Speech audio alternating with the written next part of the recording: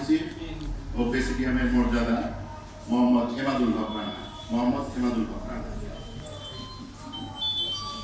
আসসালামু আলাইকুম রহমতুল্লাহ বরকাতুহ।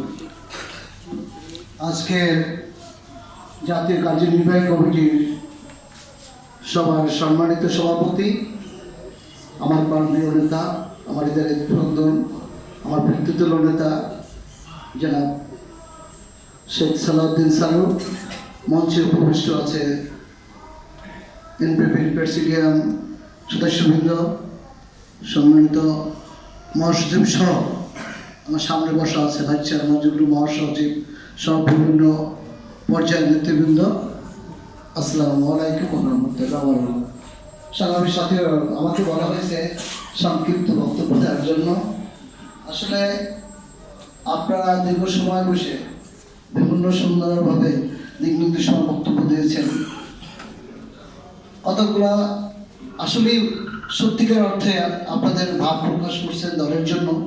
আগামী দিনে দল কীভাবে চলবে, কীভাবে করবেন, কীভাবে দলকে সহযোগিতা করবেন।